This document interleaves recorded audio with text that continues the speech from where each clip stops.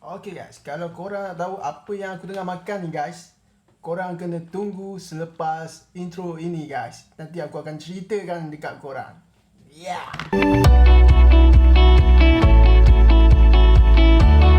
Hello guys, welcome back to my channel. Nama aku Saiful Amir dan korang boleh panggil aku Ri. Dan kalau korang tengok tadi apa yang aku tengah makan, adalah Jan. Apa ni? Tokenoi. Apa itu tokenoi? Okey, aku akan bagi tahu tokenoi ni adalah sejenis makanan rumpai laut yang telah dikeringkan dan digoreng. Makanan ni sekarang ni memang famous gila-gila lah dekat seluruh dunia, termasuklah dekat negara kita sendiri. Mungkin ini adalah first time korang dengar pasal makanan ringan ni. So pada yang belum try lagi makanan ni atau yang tak kenal lagi atau yang tak pernah dengar nama makanan ni, so hari ni aku nak cerita kat korang siapa sebenarnya pengasas ataupun founder kepada Tokenoi ni. Aku pun tak reti nak sebut Tokenoi ataupun Tokenoi. Aku tak tahu. Ada orang sebut Tokenoi, ada orang sebut Tokenoi, ada orang sebut macam-macam lah. So aku nak cerita dekat korang pengasasnya di sebalik rumpai laut yang menjadi kudapan yang paling digemari di dunia. Kalau kau nak tahu pengasasnya ni, muda lagi lah, dalam 20-an macam tu lah. Tapi dia dah berjaya menjadi seorang jutawan yang terkenal lah dekat Thailand. So kalau korang tak tahu, nanti aku akan ceritakan. Korang pernah tengok tak filem yang berjudul The Billionaire? Kalau korang yang tak tengok lagi filem The Billionaire, korang wajib tengok lah. Sebab filem ni dia menceritakan tentang seorang pemuda daripada kaki gamers sehinggalah dia menjadi seorang yang berjaya dalam perniagaan yang dia ceburi. So sebelum dia sampai level untuk menjadi jutawan tu, bermacam-macam lah ujian yang dia lalui. Daripada penjualan aset dalam game yang dia main, lepas tu ditentang oleh keluarga, bisnes dia rugi dan macam-macam lagi lah. So korang wajib tengok filem The Billionaire ini. Okay, sejarah awal kalau aku tengok dekat aku punya PC ni, ketika zaman remajanya, beliau digambarkan seorang yang nakal dan tidak berminat dengan ilmu pendidikan. So kalau korang tengok dalam cerita The Billionaire tu, dia memang tak sukalah belajar, asyik ponteng dan suka melepak dengan seorang teman ataupun kekasih dia lah di zaman persekolahan tu. Tetapi last dia putus juga dengan perempuan tu sebab perempuan tu dah ada power yang baru dan dia sendiri tak support watak utama filem ni lah, iaitu yang kita kenali sebagai Top Itipat. Okay, Top Itipat ni hobinya hanya bermain permainan video dan dia memang tidak membayangkan tentang masa depan dia macam remaja-remaja lain lah yang bertungkus lumus dalam mata pelajaran kan. Aku pun masa sekolah dulu pun aku pun malas juga. Tapi bila dah habis sekolah, kita ada rasa kesal lah dalam diri tu dan kita ubahlah kita punya perangai tu kan. Kepakaran beliau dalam bermain video game ni, Top ni, dia berjaya mendapatkan duit dengan menjual senjata di dalam permainan game melalui transaksi duit yang betul lah guys. Bisnes yang dia lakukan ini kita panggil weapon trading. Weapon trading ni ia menjual senjata lah dalam game tu. Kalau budak-budak zaman dulu mungkin dia kurang tahulah tentang bisnes weapon trading ni. Kalau sekarang ni, budak-budak sekarang ni dah ramai yang join jadi streamer. Mungkin adalah yang tahu macam penjualan akaun dalam game-game contoh seperti PUBG, Call of Duty, macam tu lah. Tapi masa zaman Top Itipat ni, dalam tahun tak silap aku dalam tahun 2000 macam tu kot.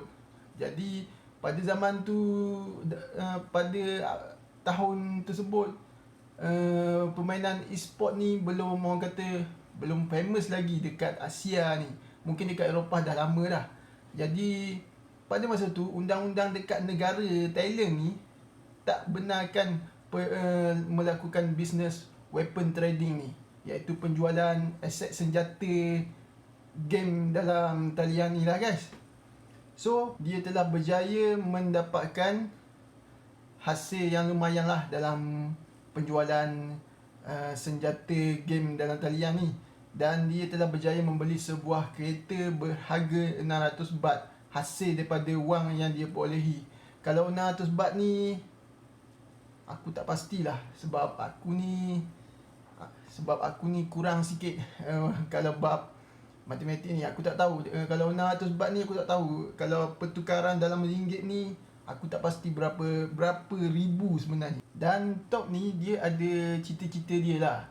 Walaupun dia ni tak minat dalam mata pelajaran, dan dia ada cita-cita dia, iaitu untuk menjadi seorang pemain game yang terkenal lah dekat dunia ni.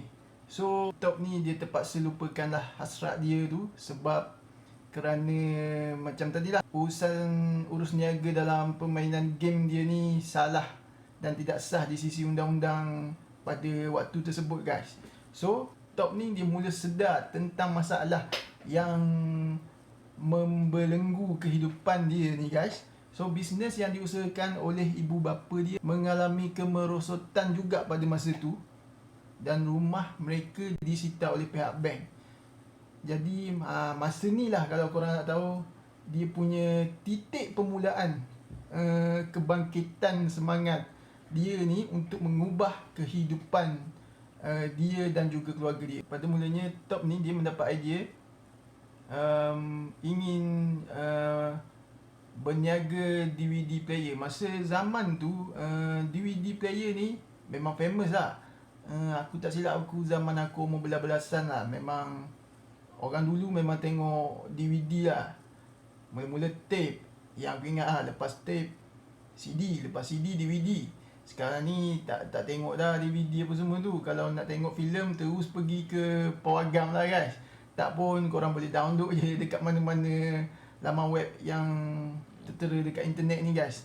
So Top ni mula-mula dia menjual DVD player, tetapi dia telah ditipu, sebab DVD player yang dia jual ni sebenarnya tak, orang cakap tak berapa elok lah. So dia mengalami banyak kerugian, dan akhirnya dia terpaksa menghentikan bisnes tersebut.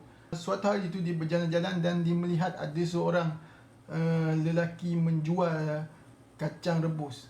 Dan ramailah customer masa tu, dan dia telah membeli kacang rebus tu, dan dia telah mendapat idea. So beliau telah menyewa lah, dia menyewa sebuah mesin pemproses kacang guys, dari sebuah syarikat yang berpangkalan di negara Jepun.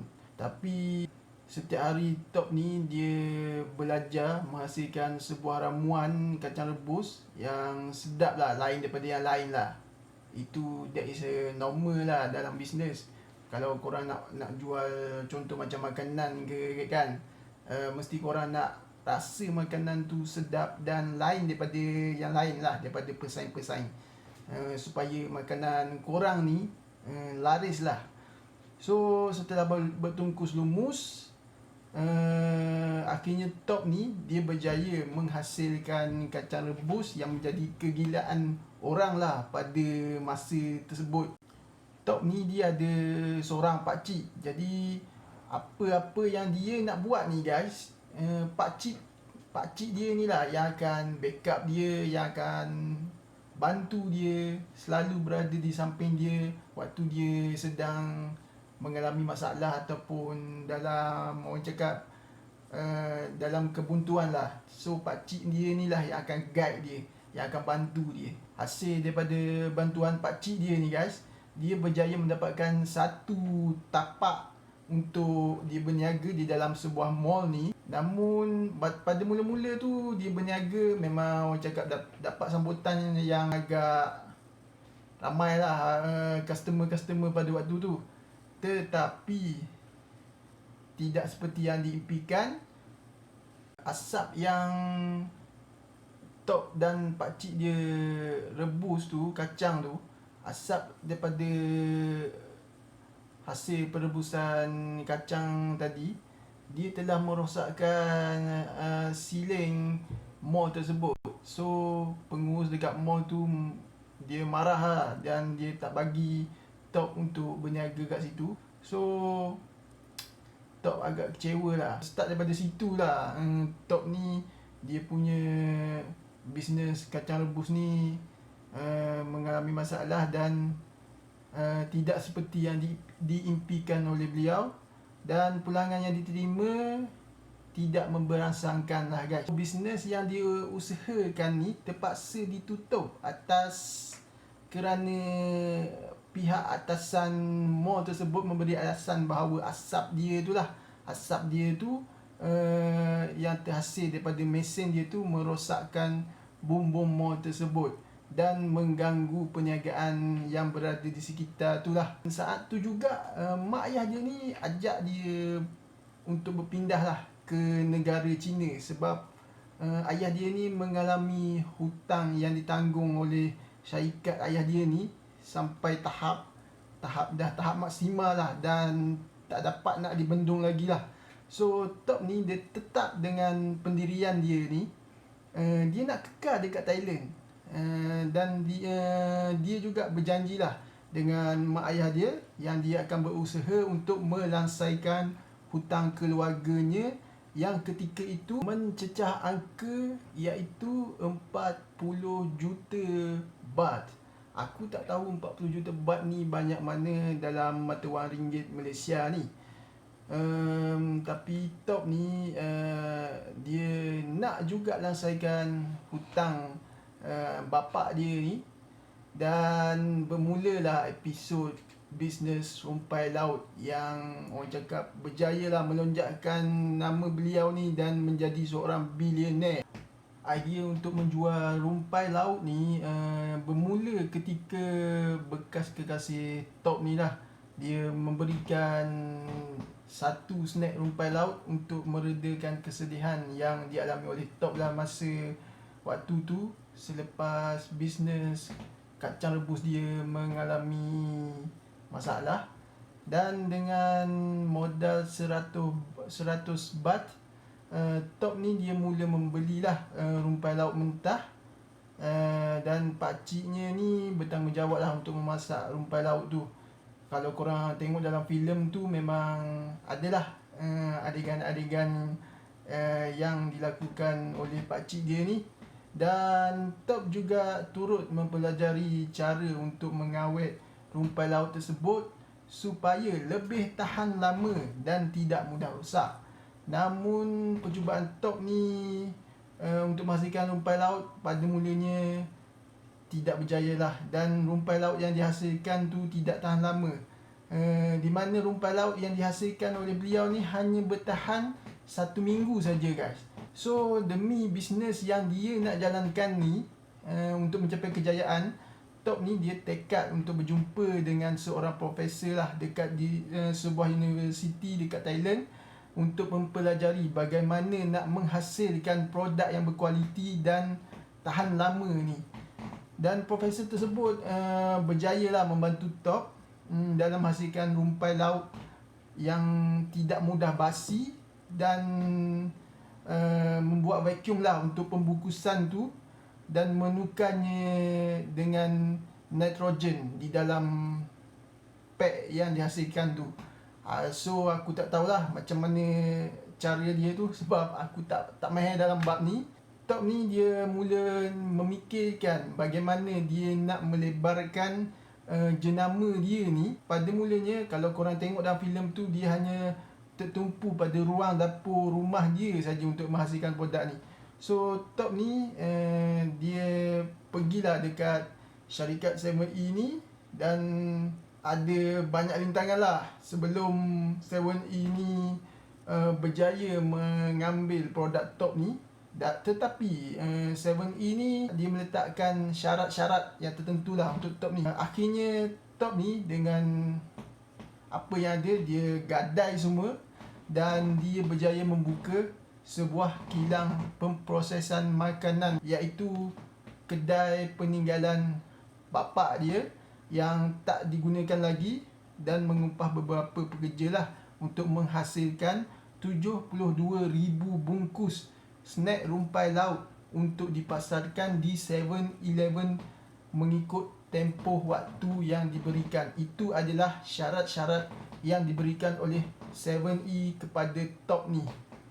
Top akhirnya berjaya memenuhi permintaan 7-Eleven dan produknya dipasarkan di 3,000 buah kedai 7-Eleven di seluruh Thailand.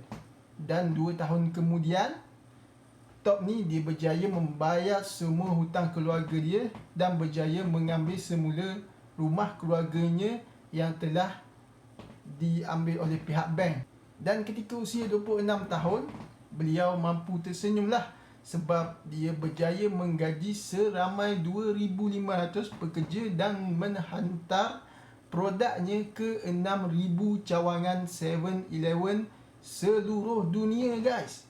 Dan mengeksport makanan ringan rumpai lautnya ke 27 negara termasuk Malaysia. Jutawan muda ni dia mempunyai tanah ladang rumpai laut di Korea Selatan dan pendapatannya mencapai 1.5 juta baht setahun. So aku punya video pada kali ini sampai sini dulu, guys. Aku harap korang boleh layanlah aku punya video untuk kali ini, sebab kali ini aku hanya menceritakan tentang seorang pemuda yang berjaya mencapai cita-cita dia untuk menjadi seorang jutawan. Dan insyaAllah pada next video aku akan kongsikan kepada korang tentang satu makanan yang korang tak pernah tengok lagi. Aku tak tahu, yang dah tengok, tengok lah. Tapi dekat negeri Terengganu, makanan ni jarang ditemui. So insyaAllah next video aku akan buat review lah pasal makanan tu. So kalau korang nak tahu apa makanan tu, korang kena tunggu untuk next video. Dan jangan lupa guys, subscribe aku punya channel ni guys. Dan aku harap korang boleh support lah aku untuk aku terus lebih ke hadapan lagi, guys. Dan ada apa-apa teguran yang membina, yang positif, korang boleh komen dekat bawah dan korang boleh bagilah pandangan-pandangan korang. Okay guys, sehingga kita bertemu lagi di next video. Assalamualaikum, bye bye.